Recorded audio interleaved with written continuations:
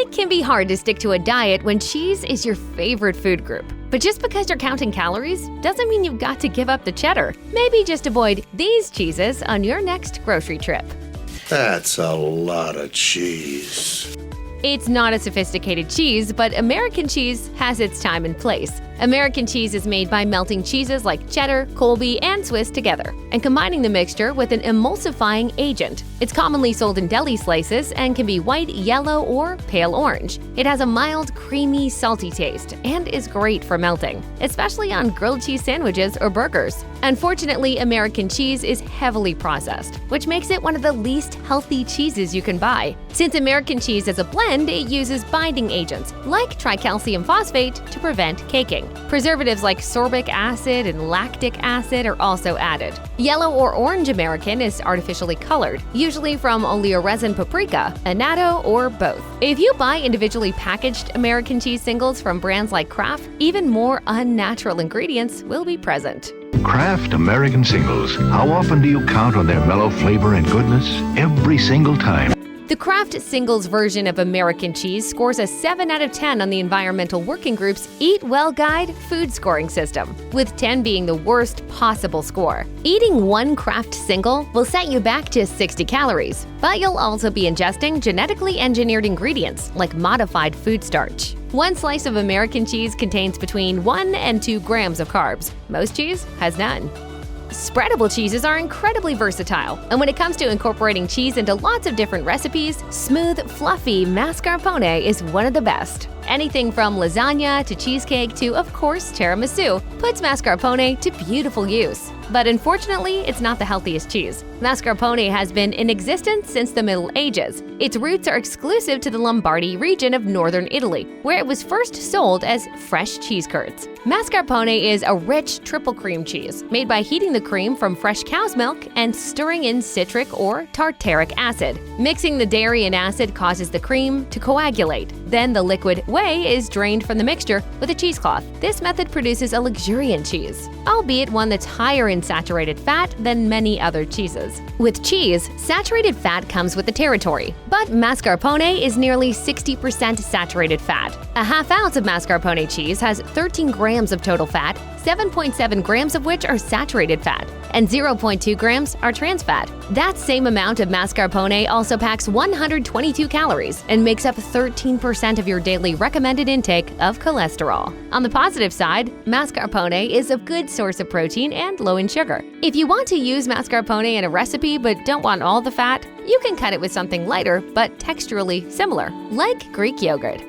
England is home to a storied cheese culture steeped in old world traditions, and Double Gloucester is a quintessential product of that culture. As its name implies, Double Gloucester comes from the city of Gloucester. It originated in 1498 using the milk from old Gloucester cows, a cattle breed that has battled the threat of extinction since the 1970s. It's also the star of the legendary Gloucester Cheese Roll, an annual occasion where people chase a rolling wheel of cheese down a 200-yard-long hill. The event draws thousands of spectators and garners international coverage. Are you okay? Is the body all in one piece?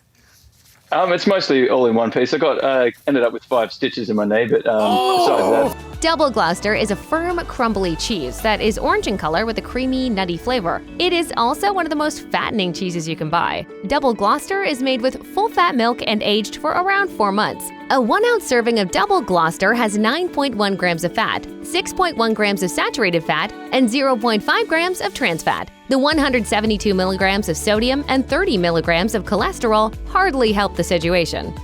Depending on how international the cheese section at your grocery store gets, you may or may not have heard of Brunost, which translates to brown cheese in Norwegian. Brunost has long been a part of Norway's food culture. Different varieties are sold, including Gudbrandsdalen and Ski Queen. Brunost is deep orange or brown with a dense, smooth texture, and it tastes sweeter than most cheeses. This dairy product rose to prominence in the 1800s, when a milkmaid in the Gudbrandsdalen Valley created it by adding milk and cream to leftover whey and cooking the mixture until it caramelized. This cheese-making method classifies Brunost as a cheese product rather than a true cheese. Unless you are of Norwegian descent, you're probably not eating Brunost regularly. This brown cheese is innovative and tasty, but 1 ounce of the Ski Queen brand contains 120 calories, 8 grams of fat, and 5 grams of saturated fat. There are 9 grams of sugar and 10 grams of carbs, way more than other cheese imports. Brunost's high sugar content is due to the caramelization process required to make it. As it turns out, Brunost's caramelized nature makes it extremely flammable.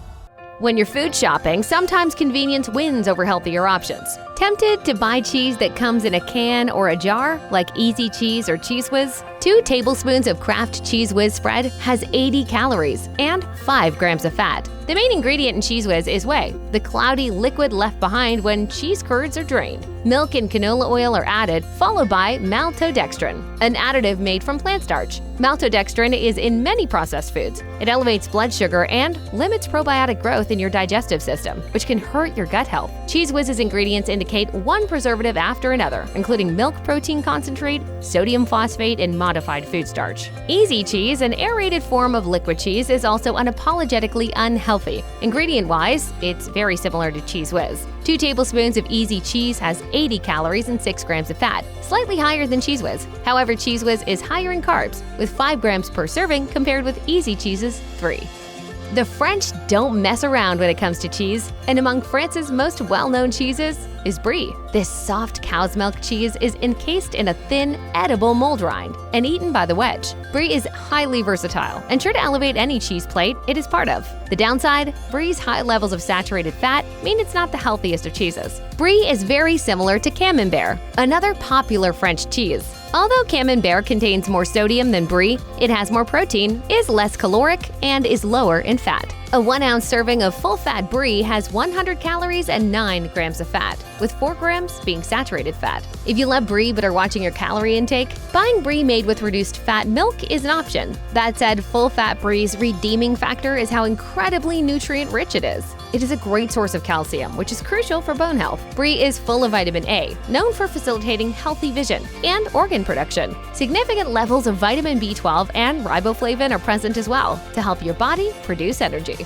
Cheeses out of the United Kingdom offer a storied history, rivaling that of prestigious cheesemongering nations like Italy and France. And Stilton should absolutely be involved in the conversation of the world's greatest cheeses. Blue Stilton gets much of the limelight, but White Stilton also holds its own on the platform of historically revered cheeses. Then again, just because a cheese holds time-honored sophistication and tastes great doesn't mean it's healthy for you. Blue Stilton is characterized by its threading of blue mold spore, a non-toxic mold created by distributing Penicillium roqueforti into the milk that will eventually be separated between curds and whey. The bacteria in the mold are activated during the aging process by being punched with stainless steel needles, oxidizing the spores. The problem with blue cheese is that it has high amounts of fat and high amounts of sodium. Often high-fat cheeses are low sodium and low-fat cheeses have a lot of salt. White Stilton also has its flaws. The white version of this cheese tends to be blended with fruits inside, such as blueberries or apricots.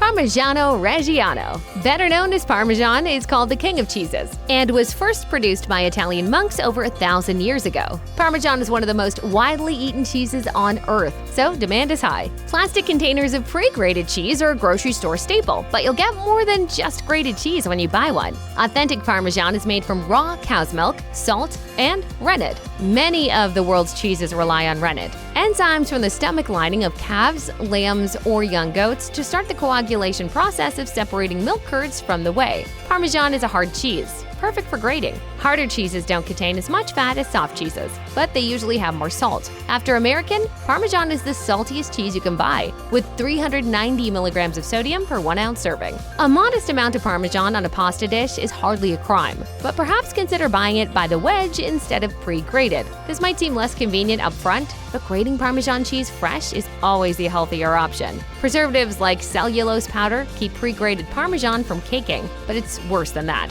Cellulose powder is derived from sawdust or cotton lint. Some food brands don't just use it as a preservative, but also as a filler.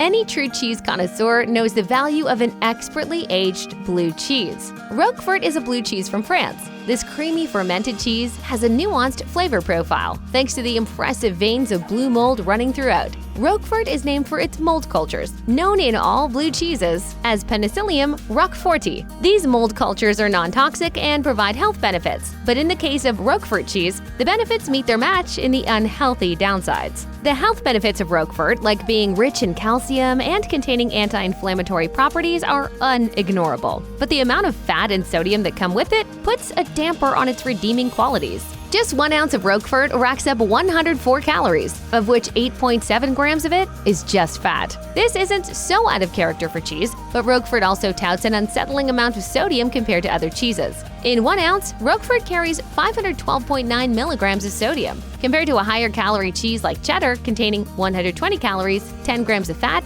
and 190 milligrams of sodium per ounce. Roquefort's salt stats border on overkill. We're not urging you to eschew a standout cheese like Roquefort entirely. Blue cheese can elevate any cheese plate and pairs equally well with fruit or a carb component like bread or crackers. Even so, for anyone aiming to lower their fat and sodium consumption, Roquefort is not one of the healthiest picks. Who hasn't shopped for taco night and tossed a bag of Mexican blend shredded cheese in the shopping cart? If you stop and examine the refrigerated wall of shredded cheese in the grocery store's dairy section, you'll start noticing numerous blends geared towards specific cuisines and tastes. You've got your 5-cheese Italian medley of mozzarella, provolone, romano, asiago, and parmesan. Then there's the farm-style triple cheddar blend showcasing cheddar in varying degrees of sharpness. What do all of these shredded cheeses have in common? Artificial additives.